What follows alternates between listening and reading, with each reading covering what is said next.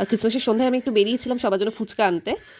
আর কাজ থেকে ফেরার পথে বাবা আর সন্দীপ দুজনেই কিন্তু একটা একটা করে কেক নিয়ে চলে এসেছিল। আর সেই দুটো কেকই আমি এখন খুলছি আর তোমাদের সাথে শেয়ার করেছি ভিডিওটা। আর কেকটা দেখে আমি এতই খুশি হয়েছি যে আমি দেখে খুলতে বসে পড়েছি। কারণ আমি আমি মনে করি যে বড়দিনটা সম্পূর্ণ হয় না যদি কেকগুলো না খাই। মানে আমাকে ঘুরতে না গিয়ে নিয়ে গেলেও হবে। বাড়িতে থাকবো সারাদিন, ঘুরতে যাওয়া দরকার নেই, কিন্তু কেকটা খাওয়া মাস্ট। তোমাদের কি মন্তব্য কিন্তু অবশ্যই জানাবে আমাকে। আমার কেক খেতেই হবে। মানে বড়দিন না হলে সম্পূর্ণ হয় না আমার কাছে। এই কেকগুলো কিন্তু এমনি সময় অতটা খাই না, কিন্তু বড়দিনে আমাকে খেতেই হবে। ওই দিন যেন স্বাদটা অন্যরকমই লাগে। তোমাদের কার কার ভালো লাগে কিন্তু জানাবে। আর এই রাস্তাটা তো সবাই চেনোই। মানে এই রাস্তাটা ভীষণ ফেমাস। মানে বিশেষ করে বড়দিনের জন্য তো খুবই ফেমাস। সবাই এখানে আসে, ঘোরে। মানে যারা আরকি কলকাতাবাসী তারা সবাই চেনে। আর যারা কলকাতাবাসী না তারাও অনেকে জানে। বাট যদি কেউ এখনো হয় যে জানো না বা কিছু, এটা হচ্ছে গিয়ে আমাদের পার্ক স্ট্রিট। এখানে বড়দিনে এত সুন্দর করেই সাজানো হয়। আর এই সাজানোটা পুরো নিউ ইয়ার অবধি থাকবে।